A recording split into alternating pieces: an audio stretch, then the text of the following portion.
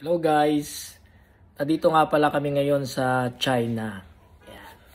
Dito kami, ang exact location namin is Pudong, Shanghai. Kaya kami na dito kasi naimbitahan kami sa Marine Tech. So mayroong exhibit about marine. And naipag-meeting na rin kami sa mga suppliers namin. And naghahanap din kami ng mga bagong magiging suppliers and business partners dito sa China. Sa mga nagtatanong kung paano pumunta rito, madali lang naman. So, kailangan lang meron kang tinatawag na Chinese visa, kukuha ka. Sa pagkuha ng Chinese visa, tatanungin ka lang ano yung purpose mo, bakit ka pupunta ng China. Then, ang bayad sa Chinese visa, mga around 1,400. Yan.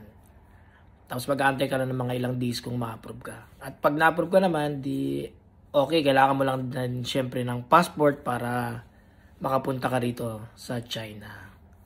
At nakuha nga pala namin yung ticket ng naka-promo. So nabayaran namin mga 6,700. Dalawa na kami and back and forth na. So Philippines to China and China pabalik ng Philippines. Magantay lang kayo or maghanap lang kayo ng promo kasi marami namang nagbibigay ng promo. So yun lang guys. Sheshe.